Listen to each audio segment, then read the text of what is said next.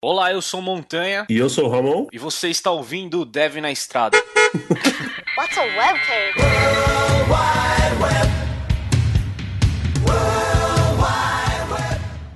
E antes de começar o cast de hoje, eu queria agradecer a todos que apoiam financeiramente o Dev na Estrada. Se você está procurando emprego na área de TI, entre em contratado.me. Lá você vai achar o seu novo emprego nas melhores empresas, é grátis, é 100% online. Entre lá em contratado.me. E se você está buscando se especializar mais, entre em alura.com.br. Lá tem cursos online de programação, design, mobile e muito mais. Alura.com.br.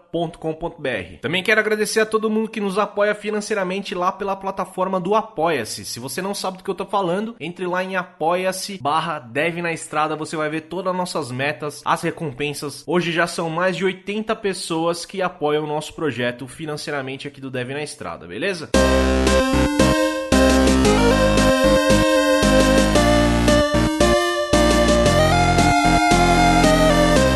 Bem-vindos a mais um Dev na Estrada. Eu sou Montanha e tô aqui com o Ramon. Fala aí, galera. E o nosso convidado de hoje, Gustavo. Olá, pessoal. Tranquilo? Beleza, então, Gustavo, primeiramente, muito obrigado por aceitar nosso convite de gravar aqui no nosso podcast. E, para quem não conhece você, se apresente, por favor. Bom, sou Gustavo Fernandes. Eu atualmente moro em Vancouver, British Columbia, no Canadá, para quem não está familiarizado com a geografia.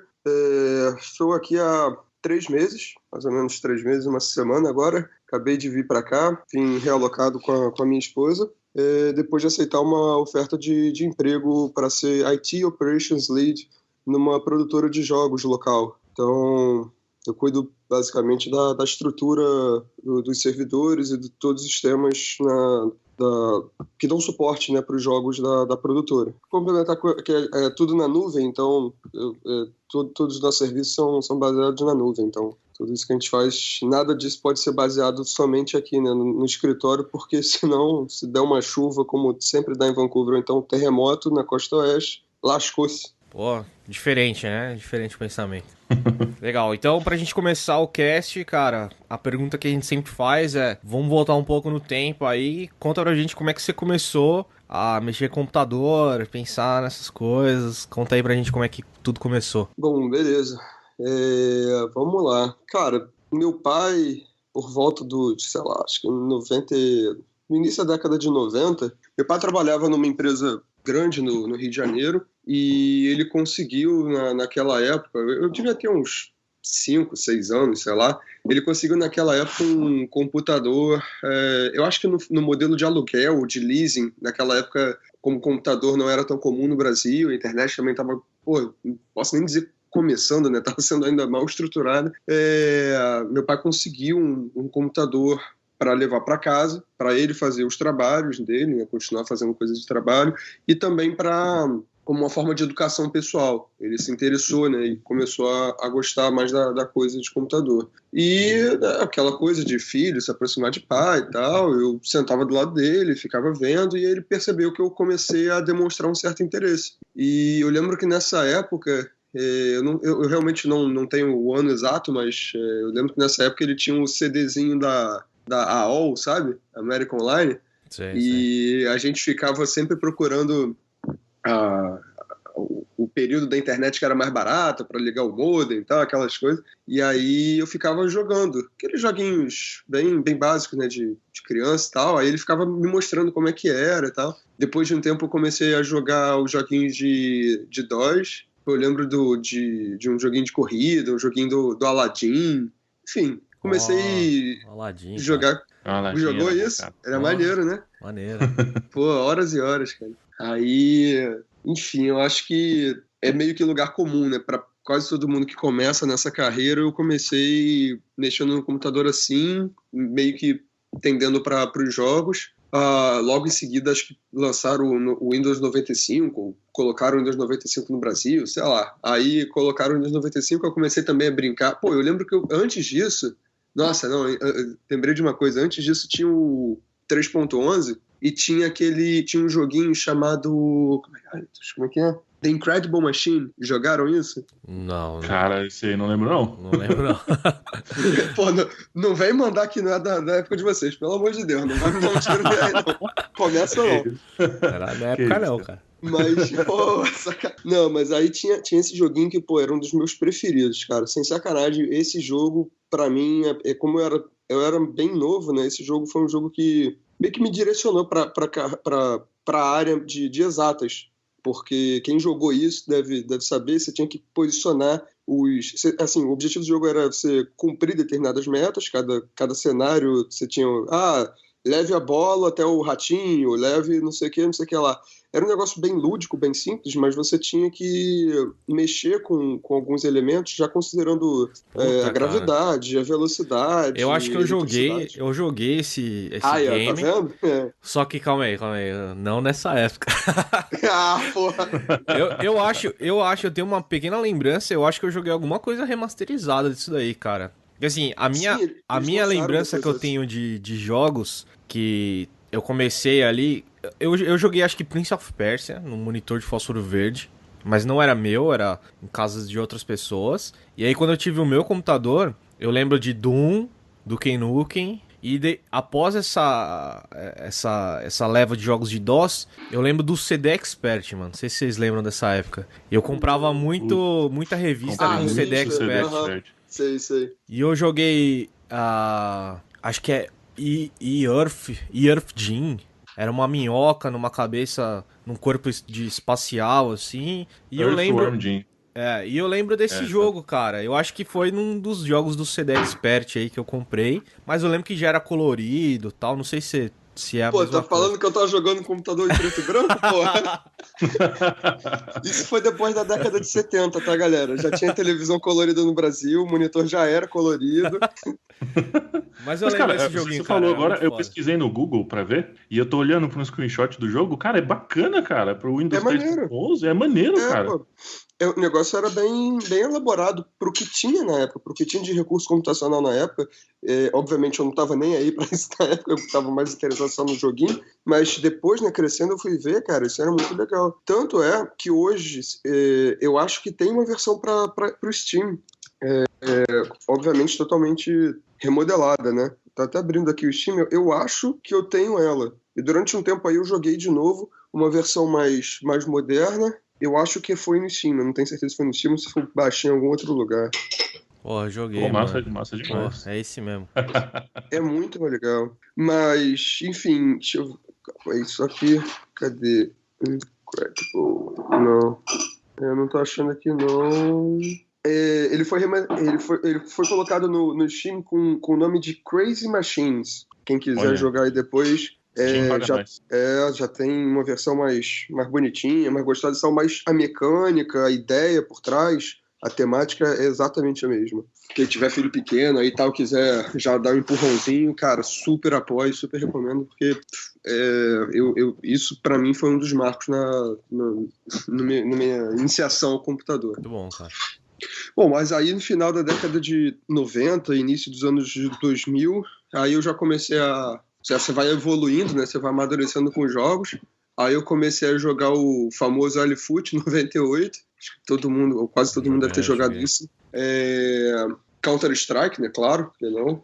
Championship Manager durante uma boa época. Joguei um pouco de The Sims, SimCity. Enfim, eu fui começando a tomar gosto, assim, de jogos mesmo. Mas aí, em paralelo, eu comecei a me interessar por fazer outras coisas com o computador, né? Meus pais, como viram que eu estava gostando da coisa, ainda antes dessa época de 2000, eles me colocaram num cursinho, assim, introdutório, né, de computador. Era perto do colégio, aí eu saía do colégio 2 vezes por semana, sei lá. Foram alguns meses. Aí ia pra lá, aprendia a fazer algumas coisinhas, mexer com um programa a mais e tal. Não lembro exatamente quais eram os programas, mas foi meio que uma introdução, né, mais formalizada. Aí, em determinado momento, o meu colégio começou a fazer aulas de computação. E aí eu comecei também a aprender mais coisa lá. Então, assim, eu fui caminhando, né? Fui realmente seguindo uma trilha para meio que formalizar o aprendizado. E aí, acho que minha primeira ação realmente assim, que eu fiz sem ser relacionada a jogos, aprendizado, foi fazendo um site. Acho que todo mundo também deve ter feito um sitezinho bem simples, né? Eu fiz um site, eu gostava nessa época dos Simpsons, e aí eu fiz um site baseado no desenho, né, nos Simpsons. Eu lembro que nessa época eu fiquei pensando assim, como é que esses sites maiores conseguem dar manutenção nisso tudo? Porque só de eu colocar aqui todas essas figuras, eu fui catando, né, imagem, no Alta Vista, KD, aquelas coisas da época, e eu fui catando as imagens e fui colocando assim, tentando colocar a imagem e um comentáriozinho sobre cada personagem.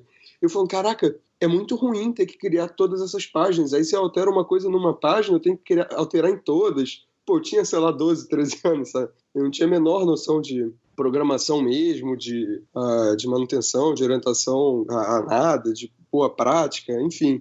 Tinha um trabalho do cão para corrigir, sei lá, dezenas de páginas. Aí, sei lá, deixa eu ver qual foi o meu próximo passo. E tudo isso antes de conhecer a magia do back-end, né, cara? Sim, nem chegou perto nisso. Nessa época aí eu mal sabia fazer um HTML, um CSSzinho.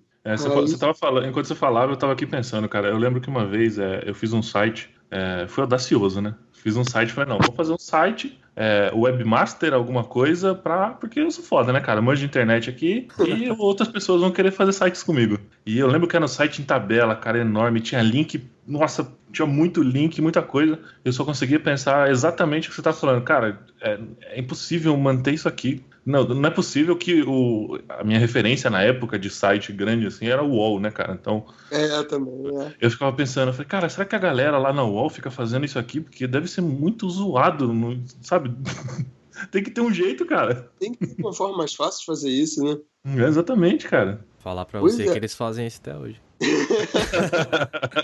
Ai, meu Deus, cara. Fiquei triste agora, de verdade. Olha, aí o que foi que aconteceu? Depois dessa época, eu tava aí com uns 13 anos, 14 anos, sei lá. Aí, nessa época, eu fiz prova pro Cefet. Eu sou do Rio de Janeiro, né? Então eu fiz prova pro Cefet RJ. E aí passei e escolhi o curso técnico de informática. Para quem não conhece, Cefet é um centro federal de ensino tecnológico, se eu não me engano, se eu não me confundir a sigla.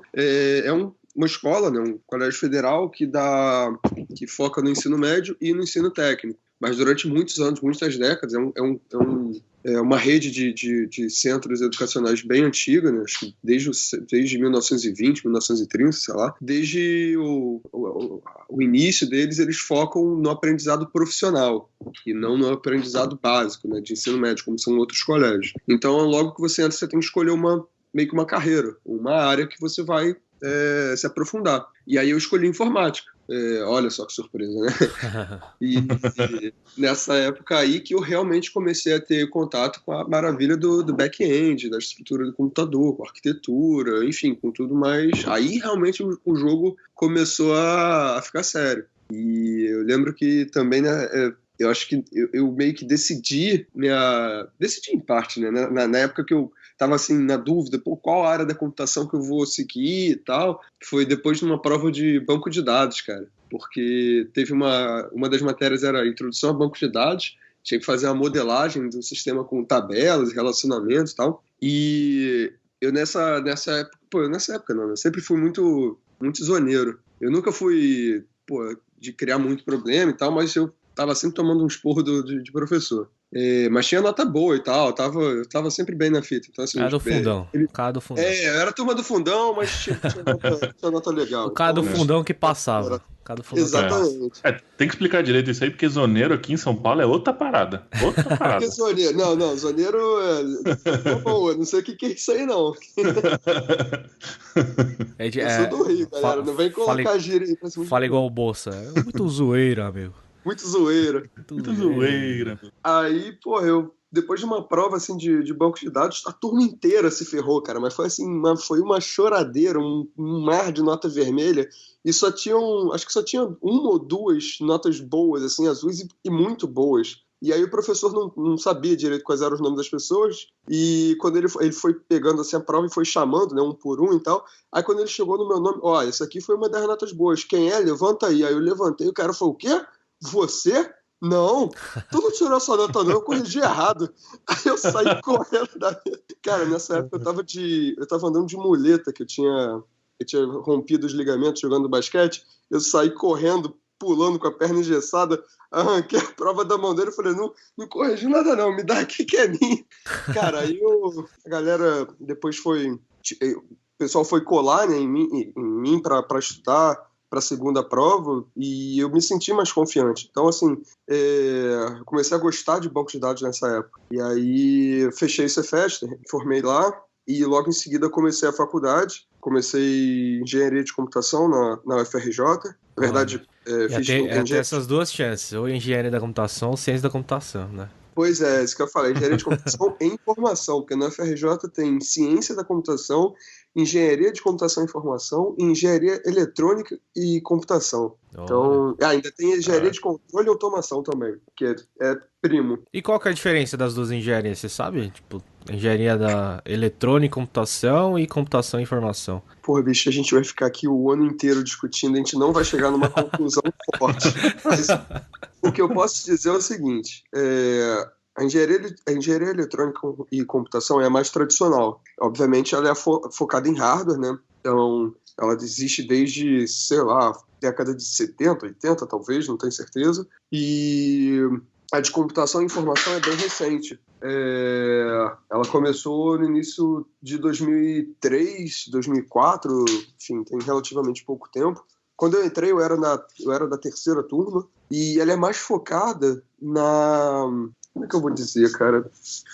Na inovação tecnológica, no empreendedorismo, na parte prática da coisa. Porque, assim, a ciência da computação, pelo menos na UFRJ, ela é bem matemática. Então, ela é bem fundamentada no algoritmo, sabe? O que é o algoritmo, como é que você consegue fazer isso, como é que você consegue otimizar, quais são os métodos operacionais que você faz para o algoritmo ficar melhor. Você faz diversos estudos de algoritmos, com base em matemática mesmo.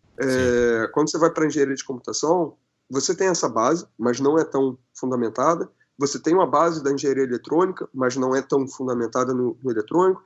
E você tem muita noção de controle e automação, até muitas aulas a gente faz em conjunto com eles, e a gente também tem muita matéria de produção, engenharia de produção. Então é meio que o que corre lá dentro a gente tem uma engenharia de computação mais genérica, mais alto nível, de forma você aprender a gerenciar o recurso computacional como se fosse só mais um elemento na tua empresa, entendeu? Isso aqui. Né? Para você não ser, como o pessoal diz, como se você não sai de lá com foco de ser programador. Você pode ser um programador, se você quiser se aprofundar nisso, mas a ideia é que você se forma já com um pensamento mais alto nível para encaixar as peças do Lego com mais facilidade. Eu acho que, sim. Desculpa se não for claro para alguém, mas eu acho que é uma visão mais resumida. Eu acho que não seria alto nível, seria mais macro, né? Você está com uma visão mais macro, assim. Isso. Legal. A engenharia eletrônica é o cara que vai soldar a placa-mãe, né? O resto o cara vai mexer nas outras paradas, né? Exatamente. O eletrônico, cara, você vai fazer projeto de novo circuito, você vai fazer. Em algum momento você vai soldar, realmente. Eles brincam lá de ficar soldando, eles falam, a gente sabe soldar, vocês não. Eu cheguei a tentar soldar uma vez, mas, enfim, não curti muito a coisa. Eu acho que, sei lá, não é tanto minha praia. E aí, logo que eu terminei a engenharia, quando você chega no final da faculdade, eu não sei se isso passa na cabeça de todo mundo, mas passou na minha e também na cabeça de um monte de gente que eu conheci. Você meio que fecha um ciclo muito importante, né? E você fica com aquele medo, assim, aquele friozinho na barriga, falando, caraca, o que eu vou fazer agora? Daí, eu tinha 3 opções, né? Na época, o Brasil não estava com a crise como está hoje. Na época, eu estava eu tinha as opções de ir para o mercado, né? Enfim, distribuir currículo, tentar um concurso público ou abrir uma própria empresa. E também tinha a área acadêmica, que na verdade eram essas 4 opções. E também tinha a área acadêmica. O que aconteceu foi, eu já tinha, durante toda a minha graduação, eu não saí, eu não saí da faculdade, eu não fiz estágios externos. Eu tentei conciliar o horário quebrado da engenharia com estágios internos, projetos internos da faculdade. Lá tem muito disso. E eu sempre tive um conhecimento legal assim, dos laboratórios, dos professores. Então eu já trabalhava em projeto interno. E isso acabou me encaminhando para a área acadêmica. E aí eu comecei o mestrado. Mas eu também fiz uma prova a famosa prova da Petrobras. Na época a Petrobras estava contratando pra caramba. E eu fiz uma prova da Petrobras na volta de um carnaval, eu lembro disso. Eu tava voltando do carnaval, tava uma ressaca braba. Acho que, sei lá, cheguei 7 da manhã e fui fazer a prova às 9, sei lá, um negócio desse. Eu passei na prova, tá? Mas eu passei assim, lá no final, sabe? Porra, Quem nunca? 100 malucos tinham que morrer, 200 tinham que desistir, mas enfim, passei lá. Eu queria fazer a prova mais pra enfim, ter uma autoavaliação, né? Mas aí realmente não. Eu hoje olho para trás e não me arrependo, não. Acho que acabou dando certo. E aí comecei o mestrado lá na COP, acabei me especializando na área de bancos de dados. Mas dentro da própria área de bancos de dados, você tem, lá dentro, né, pelo menos da COP, você tem especializações, meio que especializações dentro de especializações. Então, dentro da linha de pesquisa de bancos de dados, eu não segui para a área de performance, de consulta, de query, de estruturação de dados. Eu fui caindo para a camada de aplicação e banco de dados. Entendeu? Então eu fui caindo para a área de como é que a gente consegue gerar aplicações mais facilmente, mais rapidamente, tendo uma flexibilidade maior nos bancos de dados, isso tudo considerando bancos de dados relacionais. E, em paralelo, quando eu terminei as cadeiras de bancos de dados, apareceu uma oportunidade, eu comecei uma empresa junto com uma pessoa que era, na época, um veterano meu, um ex-veterano meu. Enfim, aí eu fui tentando conciliar a empresa com o mestrado. Não recomendo isso para ninguém. Se você está ouvindo esse áudio agora, se você é o Gustavo de 5 anos atrás e quer um conselho, não faça isso. Eu sei que é uma coisa super pessoal, mas, cara, o tempo acaba sendo negativo para você, você não tem vida para mais nada. A empresa acabou não dando certo por uma soma de fatores. E como no início da empresa éramos só nós dois, mas a gente foi chamando mais gente. Quando a empresa não estava dando certo, a gente percebeu que não estava dando certo, a gente meio que encerrou aquela etapa, aquela empresa e abriu outra empresa, né, outras pessoas, não era o mesmo grupo inicial, tinha boa parte dele, mas não era o mesmo grupo inicial. E a gente criou uma segunda empresa. E aí a gente começou a já deu uma amadurecida, né? Deu uma estruturada maior. Nessa época eu já estava mais próximo do fim do mestrado, então logo que eu pude eu terminei o mestrado e para poder focar 100% na empresa. Que mais?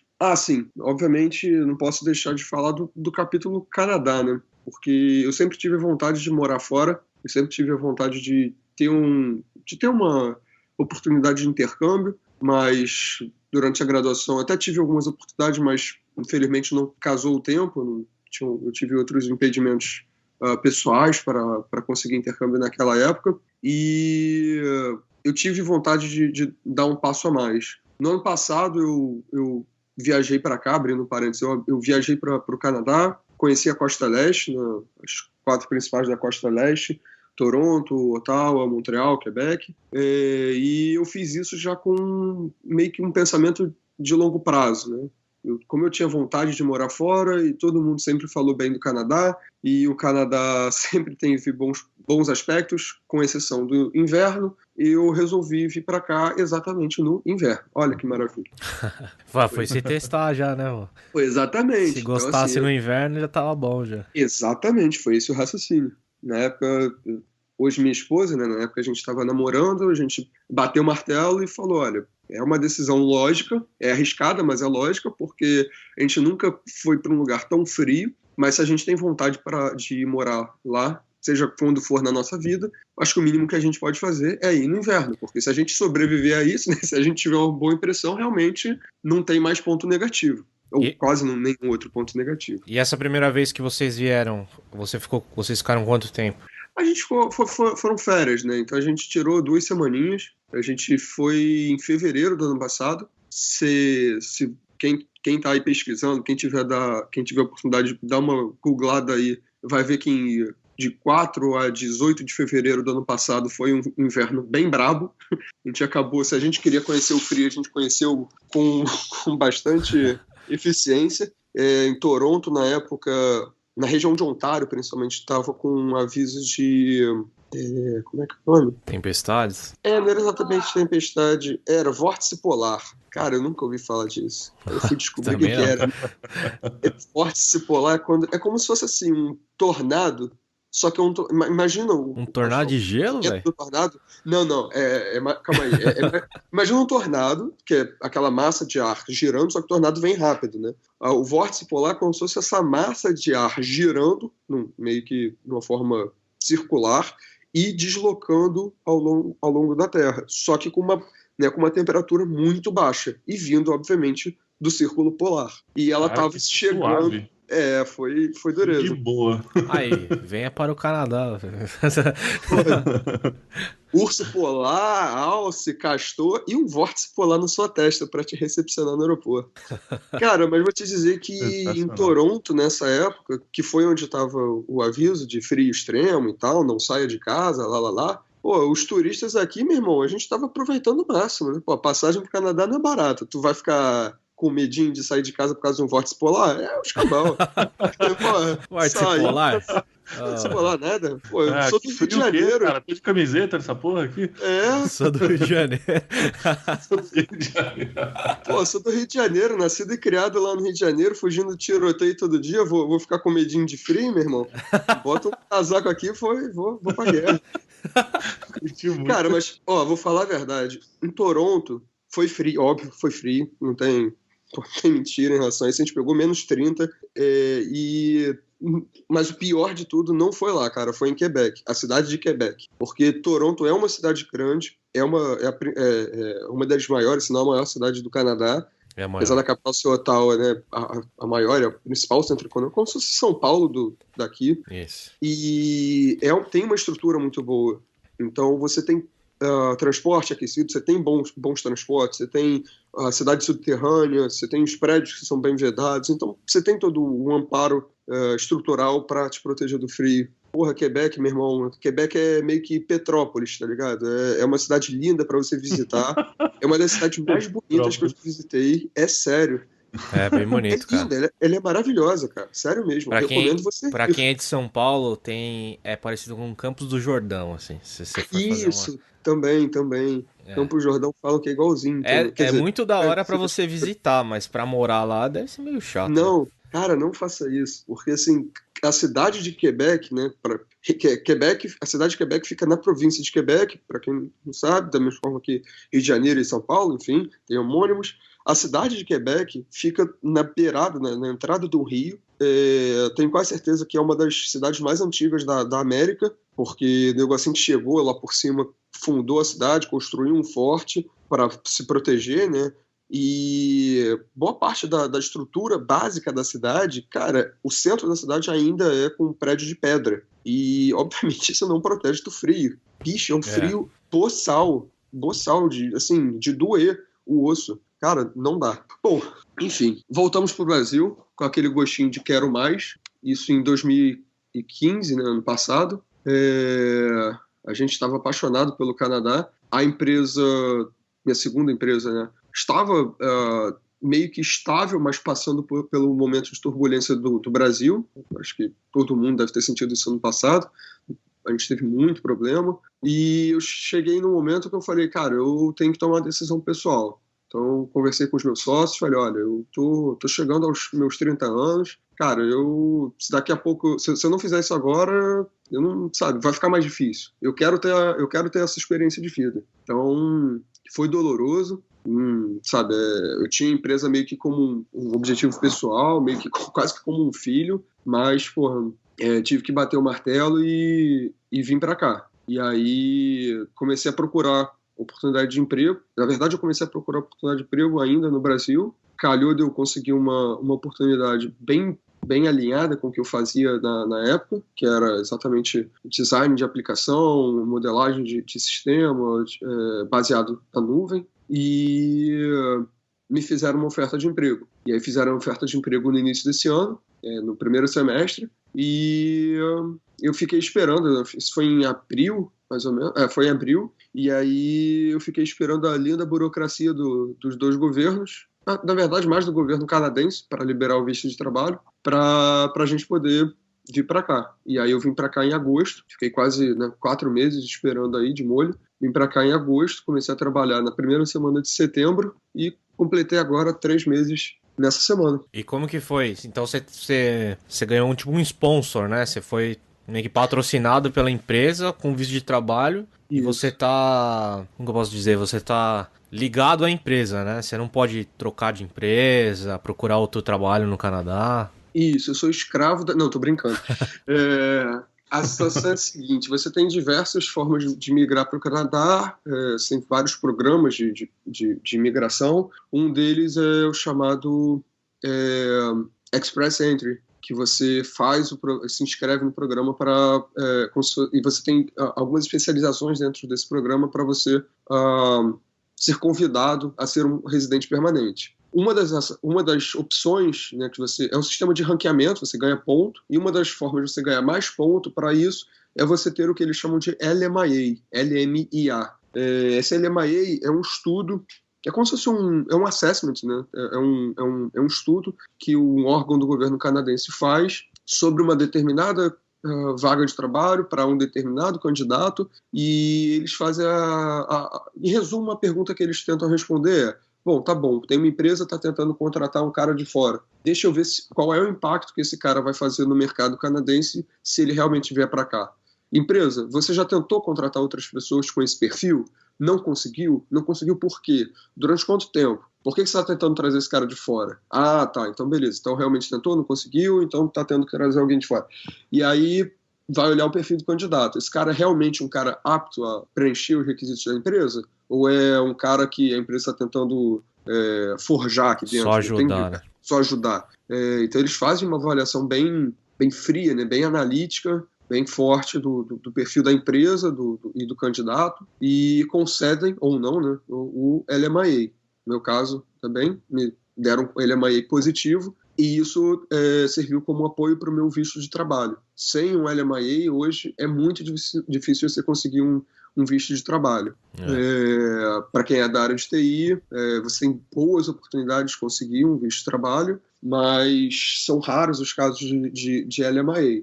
Não é tão comum. Mas, enfim, eu dei a sorte de achar uma vaga cuja empresa estava predisposta a bancar, né, fazer o sponsor do LMIA, eles bancaram todo esse processo. E uma curiosidade também, cara, não sei se é verdade, tá? Eu não sou agente de imigração nem nada, mas já ouvi falar também que é bem burocrático essa parte, né, da empresa, tipo, tem que provar que ela colocou no mercado canadense a vaga, não achou ninguém daqui do Canadá, por isso que tá buscando alguém de fora e tal. E tem umas partes burocráticas de a empresa ter que abrir o capital, quanto que gastou, abrir o capital 5 anos antes, 5 depois. Tem uma coisa que é mais ou menos por aí. Abrir capital, que você diz, é abrir na bolsa? Não, abrir capital, acho que eu me expressei errado. É tipo assim, é você mostrar, abrir pro governo... Sim, quais são os seus gastos, sim, sei lá, o dinheiro que está envolvido na empresa tem que abrir para o governo, acho que 5 anos antes, 5 anos depois, alguma coisa assim. Então assim, é bem burocrático, sabe? São poucas as empresas que fazem isso aqui, porque elas estão querendo mesmo. Você tem toda a razão, é isso mesmo, é bem burocrático, porque, como eu falei, a ideia geral como o Canadá é um país totalmente aberto à imigração, qualquer um ao redor do mundo que se encaixa com alguns determinados pré-requisitos, poderia vir para cá.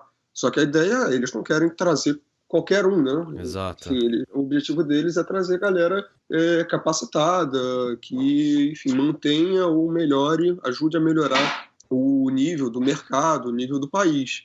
E uma das ideias deles é exatamente trazer o pessoal capacitado em determinadas carreiras, em carreiras que estejam em alta por aqui, mas que não tem mão de obra suficiente, mão de obra qualificada suficiente para atender a demanda. Uma delas, nesses anos, é TI, graças a Deus, né? E a empresa tem sim que passar por um crivo muito forte. Eles avaliam, cara, é uma avaliação bem forte, tanto da empresa quanto do candidato, quanto também da vaga em si, né, obviamente, para evitar fraude, porque tem muita fraude. Quando eles começaram esse processo, teve algumas fraudes que vazaram, né, que o pessoal ficou sabendo, e eles começaram a apertar os parafusos para diminuir esse tipo de problema. Então, assim, se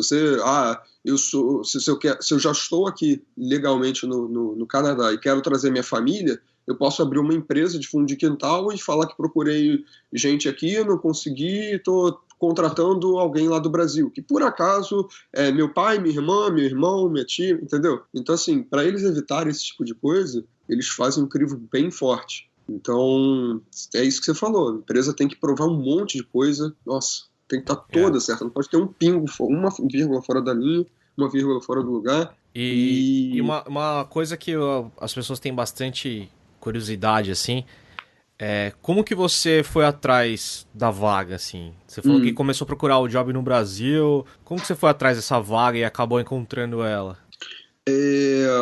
Logo que eu comecei a procurar, no ano passado eu estava procurando muita informação sobre moradia, enfim, o ritmo de vida, o que a gente pode fazer e tal, no dia a dia, quais são as diferenças. E aí comecei a já mapear, nessa época, alguns sites de busca de emprego. Mas eu não comecei a procurar nesse momento, eu comecei a procurar no final, realmente, do ano, né? Final de 2015, na virada do ano, praticamente. E acabei achando um site, uma empresa, que é uma startup aqui de Vancouver, que...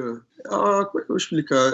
Não é headhunter, mas eles fazem um trabalho especializado para a carreira de TI e design, né, digital, e marketing, de mídias digitais, enfim, principalmente TI, para preparar um imigrante, alguém de fora, para o mercado canadense. Então, basicamente, o que eles fazem, olha, a gente dá toda a informação, todo o aparato, meio que tudo mastigado, o candidato que está do lado de fora, que está procurando vaga, vai ter algumas informações sobre como procurar, sobre como elaborar o seu currículo, sua cover letter, sobre como se portar numa entrevista de trabalho aqui, porque não é exatamente a mesma coisa que no Brasil, e também faz a ponte com algumas empresas. Então, tem algumas empresas que procuraram aqui durante um tempo, não acharam candidatos, recorrem a headhunters e a outras empresas, como a essa, e falam, olha, a gente está predisposto a bancar aqui, fazer o sponsor de um visto de trabalho.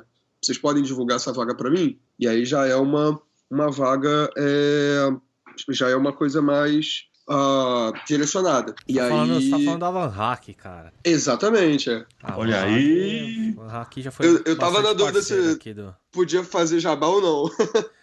Eles foram bastante parceiros aqui do Dev na Estrada já. Conheço o William lá, gente boa. Legal, você fez um trabalho com os caras da Van Hack, então. Isso, nesse início eu fiquei sabendo da vaga através deles. Legal. E fiquei sabendo da vaga em janeiro, sei lá pela terceira semana de janeiro. Disparei um e-mail, segui mais ou menos as orientações iniciais deles, né, as orientações básicas para fazer currículo, cover letter. Me inscrevi no site da empresa que eu vi a vaga, coloquei minhas informações iniciais, formulários de cadastro de emprego e rezei, né? deixei a Deus dará. E aí, uns 10 dias, 2 semanas depois, me retornaram falando, opa, vimos aqui o seu currículo, nos interessou, vamos conversar? E aí foi uma sequência de Skypes que a gente fez. E aí foi em inglês, cara. Tudo em inglês. A gente tem uma brincadeira aqui no Dev na Estrada que a gente fala qual que é a importância do inglês na carreira do profissional. E eu faço bastante essa brincadeira porque eu tô aqui também, eu tô em Toronto, né? E eu tô aqui pra aprender inglês, cara, porque estou precisando muito dessa língua. Rapaz, se quem tá ouvindo agora tá de saco cheio e só quer ouvir alguma informação que preste, é essa. Você pode repetir isso quantas vezes você quiser, porque é de suma importância, cara. O inglês é crucial. chega a ser doloroso, cara. E eu tô falando Chega isso a ser por- doloroso. Exatamente. É sério, cara. Pode parecer uma coisa idiota, pode parecer um negócio óbvio, mas repara só. Eu me considero uma pessoa fluente no inglês, tá? Eu fiz curso de inglês no Brasil durante um bom tempo, desde pequeno. Tinha inglês no colégio. Sempre fui um daqueles que vou tentar assistir filme, série em inglês, leio documentação técnica em inglês. Então, assim, eu me considero um cara safo para isso. E para as entrevistas que eu fiz, foi como fase de videogame. As 2 primeiras foram entrevistas com a moça do RH, e aí é uma conversa mais light, né, mais descontraída. E, você passa tranquilo, sabe? É como se você estivesse conversando realmente com alguém na rua. Uma palavra ou outra assim foge e tal, mas, você tá ali no meio da conversa, você consegue fluir 100%, sem problema nenhum. Meu irmão, quando você chega na entrevista técnica, cara, não tem cultura inglesa, não tem brasas, não tem nada disso que te salve não, irmão. Cara, é experiência e murro na parede mesmo para ganhar o calo, sabe? Sim, Você tem que ter essa experiência, tem que ter a palavra, o linguajar, você tem que ter a fluência assim, no sangue mesmo. E não adianta você falar, não, eu sou fluente, já viajei várias vezes e tal. Cara, viagem de turismo é uma coisa.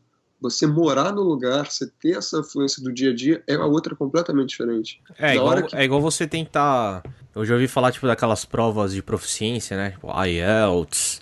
Aqui no Canadá tem o CELP, tem o TOEFL. E aí fala assim, beleza, estudei 10 anos em inglês, não sei o que, sei tudo, sou fodão. E aí tem essas provas, elas têm várias etapas e elas testam cada parte do seu inglês, né? Tipo, listening, speaking, writing e tal. E aí falou assim, eu já ouvi relatos assim da pessoa que, fala inglês muito bem, muito tempo. E aí caiu lá na prova de listening, por exemplo, de speaking. E falou assim, beleza, você tem que dialogar aqui o tipo dessas plantas aqui. Aí, cara, fudeu, é uma véio. coisa bizarra. Como que é os tipos das plantas em inglês, sabe? Você fala, caralho, eu nunca parei pra pensar nisso, sabe? Cara, eu fiz essa prova, né? Como eu tava me preparando pra imigração, eu fiz essa prova, eu fiz o IELTS. E eu tava falando, eu me considero safo, e minha nota foi uma nota boa. Eles fazem 4 provas, eu gabaritei uma, peguei o segundo nível na outra, acho que o segundo nível na terceira também, eu só deslizei, só dei uma derrapada na parte escrita. Eu dei um mole danado na redação, cara. Eram 2 redações para fazer e uma contava mais pontos, só que na hora eu li rápido, não prestei atenção, eu comecei a fazer a primeira, que era menor, eu falei, vou ficar logo livre disso, e fiquei com pouquíssimo tempo para fazer a segunda, que era o que valia mais pontos. Nossa, quando chegou no final da prova, eu tava quase rasgando o papel, assim, escrevendo rápido pra caramba, ficou uma bosta a minha redação, aí eu perdi ponto. Mas você vê, minha nota no IELTS, em geral, no global, né, que eles chamam, acho que foi 8 ou 8,5 de 9. O máximo que você consegue é 9. E assim, minha nota foi uma nota boa. E é isso que eu tô falando, assim, eu me considero um cara safo no inglês e cheguei aqui, tomei pancada, cara. Isso é uma coisa que a gente sempre fala, você tem que ter passado, cara, pela escola da vida. Escola da vida, ela vai te ensinar, cara. Você tem que ter um molejão, saca? Que ter um molejão. Cara, você pode manjar tudo, manjar gramática, manjar a porra toda. Se você não tiver um molejão, cara, você vai se enroscar. Só para vocês terem uma ideia, ainda sobre o período de seleção, durante as entrevistas, eu tive que fazer 2 entrevistas. 2 das entrevistas foram com o time técnico. E aí você fica pensando, os caras estão, né? Eles eles cogitaram me trazer para cá para fazer entrevista técnica aqui. Mas eu tava indo bem via Skype mesmo. Eles falaram, não, vamos deixar assim por enquanto, tá indo bem e tal. Vamos ver se vai precisar ou não. E 2 das entrevistas via Skype com o time técnico foram para resolver problema técnico do dia a dia. Então, o cenário foi, eles chegaram e falaram, olha, hoje o cenário da empresa é esse assim assado, a gente tem essa estrutura com essa arquitetura, lá, com esses componentes. Como é que você consegue melhorar isso? E aí fui falando, tá, beleza. Mas aí, então, considera que a gente teve um problema assim, assim, assado. Como é que você faz agora? Putz, não, tá, então a gente faz assim, assim, assado. Tá, maneiro. E agora, se eu mudar isso aqui assim, cada vez que eu ia respondendo, eles iam mudando uma coisa. Cara, cada uma dessas 2 entrevistas durou 1 hora e pouca. Sem sacanagem, quando eu terminei a entrevista, minha cabeça tava zunindo. Eu tava assim com a cabeça pesada, eu não sabia, eu não sabia nem onde é que eu tava, cara. Eu tava assim em casa. Eu terminei, desliguei o escape e fiquei olhando assim pra parede uns 2 minutos, pensando, caraca, o que aconteceu? Eu acabei de ser atropelado, cara. Porque você tem que resolver problema técnico muito rapidamente, e é isso que você faz no seu dia a dia, né? Quando você vai ser contratado, você não vai ficar respondendo, hey, sir, what color is your shirt? Oh, it's blue. Porra, não espera isso, sabe? Que você aprende no curso de inglês. Meu irmão, o sistema caiu. Caraca, o que você tem que fazer? Já monitorou, checou o log, já reiniciou o servidor, já monitorou não sei o que, já checou a ferramenta e tal. E, pô, o pega pra capar tá rolando em inglês. Você não tem escapatória, você não tem aquela... Não, peraí, deixa eu ver rapidinho como é que fala essa palavra. Dá teu jeito, irmão, se vira. Pô, Faz mímica. É isso. Faz mímica, porra, danças, canta, sei lá. Mas é isso, essa é a importância do inglês. Boa, cara. E essa pergunta aqui eu não gosto muito de fazer, mas eu faço. Como que o Gustavo... Como que tá aí o Gustavo em Vancouver hoje, trabalhando, faz 3 meses aí? O que você espera aí pra daqui 1 ano? 1 ano, vai, que a vida muda muito. Daqui 1 ano, assim... Montanha Gabriela. O que você tá... Cara, se vocês prestarem atenção, quem tá ouvindo, se vocês prestarem atenção, vocês vão ver que quando a gente veio de viagem para cá, no ano passado, para o Canadá, a gente não veio para Vancouver, a gente veio para a Costa Leste. E acabou surgindo uma oportunidade em Vancouver e, né, eu e minha esposa viemos para cá com a cara e coragem, porque a gente não conhecia a cidade, então, mas a gente pesquisou bastante na época. Então, a nossa expectativa sobre a cidade era uma expectativa muito boa, né? De uma forma geral, a gente sabia que a gente tinha quase certeza, né, para não dizer que estava certo, enfim, que a qualidade de vida seria superior à do Brasil. E hoje, 3 meses depois, respondendo essa sua pergunta, a gente não se arrepende nada de ter feito essa mudança, cara, porque a qualidade de vida daqui é, boçalmente melhor do que o que você tem no dia a dia. Você tem educação, segurança, educação que eu digo no dia a dia, né? As pessoas te tratam de uma forma mais respeitosa, onde quer que você vá. Você tem um senso de sociedade muito, muito mais claro, muito mais pulverizado na cabeça de todo mundo, desde criança até idoso. Enfim, como é que a gente está aqui hoje? A gente está dessa forma, cara. A gente está se apaixonando pela cidade. Tá com saudade de Toronto? Cara, eu vou te dizer a verdade. Silêncio, né, Não, é verdade. É porque, assim, eu saí do Rio, uma cidade grande. E quando a gente visitou Toronto, eu lembro de estar no alto da CN Tower e eu olhei para a cidade, cara, e falei, eu comentei com a minha esposa, a gente tem que vir para cá, cara. Eu me apaixonei pela cidade, sério mesmo. E meu objetivo principal era Toronto. O mercado de TI principal do Canadá está em Toronto e na grande área metropolitana de Toronto, né?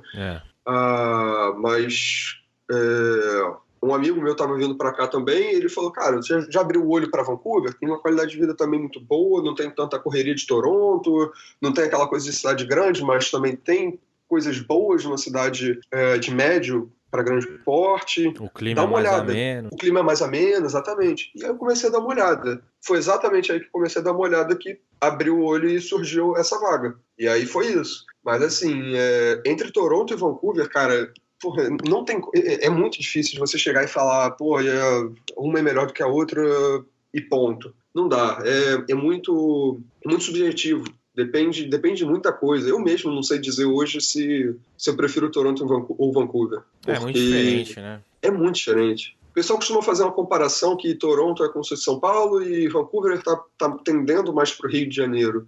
Eu não sei, eu até coloco um ponto de interrogação nisso, porque Vancouver tem um ritmo menos acelerado, você tem um ritmo de vida menos disparado. Mas só uma comparação, né? Semana passada, teve uma conferência em Las Vegas, né? Para quem acompanha aí a AWS, teve o reInvent e eu estive lá e, porra, cara, como qualquer cidade americana, o estresse no dia a dia tá assim, tá na calçada, sabe? o maluco grita com o outro, tu vai na fila do restaurante, McDonald's, a galera tá estressada, o cara já te responde meio que de uma forma meio cortada. Não é regra geral, né? Mas você vê isso 1, 2, 3 vezes no seu dia.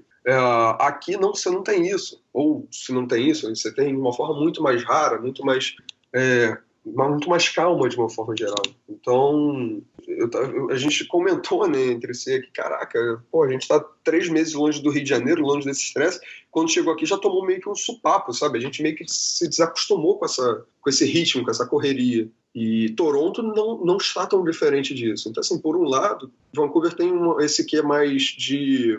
Pô, vamos manter o ritmo de vida mais tranquilo, um equilíbrio de vida, de trabalho.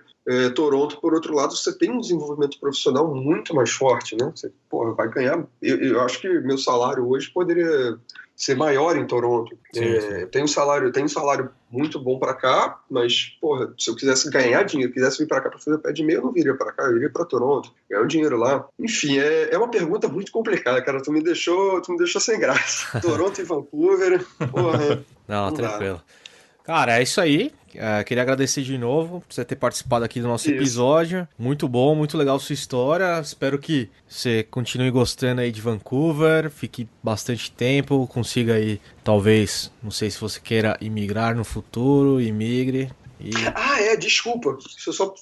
Eu acabei indo pro romance aí de Vancouver e Toronto. Foi mal, só completar tua pergunta, a resposta para a tua pergunta. Você me perguntou onde eu me vejo daqui a um ano. Eu esperei passar esses 3 meses agora para ver, né, como é que ia se delinear as coisas aqui, se a gente ia se adaptar mesmo ou não. Como a gente está com uma visão super positiva, a gente está dando entrada agora no processo de imigração para aquele Express Entry que eu falei lá atrás. Como eu tenho o visto de trabalho, eu tenho o LMIA, está bancado pela empresa e tal, isso daí a gente já ganhou bastante ponto, então a gente já foi convidado, está agora só na fase de terminar de juntar uns documentos, mas se tudo der certo, no início do ano que vem a gente já vai tirar o PR. Boa. Então, onde é que a gente se vê daqui a um ano? Cara, morando aqui, feliz e forte, só não sei se no mesmo prédio, porque prédio aqui a gente veio para um prédio bem próximo do trabalho, bem legal de se morar, mas a região aqui é meio cara. Mas, cara, espetacular. Então, assim, daqui a um ano, firme e forte em Vancouver. Muito bom, cara. Foi mal, continuei. Não, cara, só isso. Queria agradecer, né, novamente você ter participado aqui. Espero que, cara, dê tudo certo aí com as suas documentações, com o Permanent Residence aí do Canadá e, cara, vambora. Já é, cara. Obrigado. E boa sorte aí em Toronto. Espero que a gente se esbarre nessas terras geladas do norte aqui em algum dia. Show, cara. Valeu. Ramon, quando vier pra cá também, pô, dá uma passada aqui, tomar uma cerveja gelada aqui em Vancouver. Pode deixar, tamo junto, pô. Já é, então. Valeu, galera. Pessoal. Valeu. Obrigado pelo convite. Até mais. Um abraço. Tchau, tchau.